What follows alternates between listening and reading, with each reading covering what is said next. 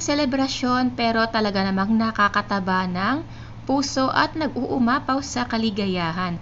Alam niyo ba na ito po ay simpleng selebrasyon lamang ng aking ika-isang taon sa mundo ng pagbablog. Ang sabi nga po ng aking asawa ay mag-isip na ako kung saang restaurant ko gusto na mag-dinner para kami po ay makapag-celebrate.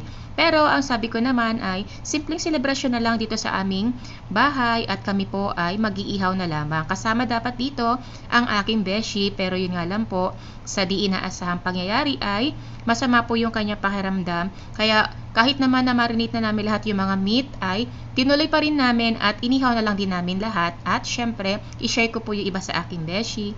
So ayan po, pagdating po sa mga ganitong bagay, ang aking asawa po ay napaka-supportive kasi mainit nga naman po itong ihawan at ayaw niya na maiinitan ako kasi nga po masyado masela ng aking face.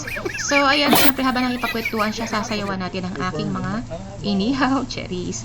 So ayan, medyo malakas po yung apoy ng ating barbecue. Ang lakas po kasi ng hangin. Kanino ba naman kasing hangin yung malakas, cherries?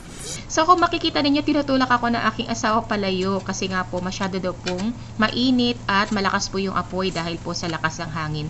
Alam niyo ba na yung mga uling dito ay talaga naman na matigas. So kapag ginamit mo yan na pang-ihaw, ang tagal po niya na matunaw or maubos kasi yung bang ang tagal niyang mag-abo. So ayan, tapos na po kami. Syempre, ito na po yung pa-cake sa akin ni Habi. Ang cake po na ang ika-isang taon ko po sa mundo ng vlogging. Slice na natin yan. Napakasimple lamang ng celebration, pero alam nyo ba na talaga po ang saya-saya ko kasi napaka-supportive po ng aking asawa. Mga simpleng bagay po na ginagawa niya ay talaga namang nakakapagpasaya sa akin. So ayan, tara kain tayo at na-share ko lang naman sa inyo ang aking candle din na star. So ayan, meron ding fishball at manong sauce. Bye!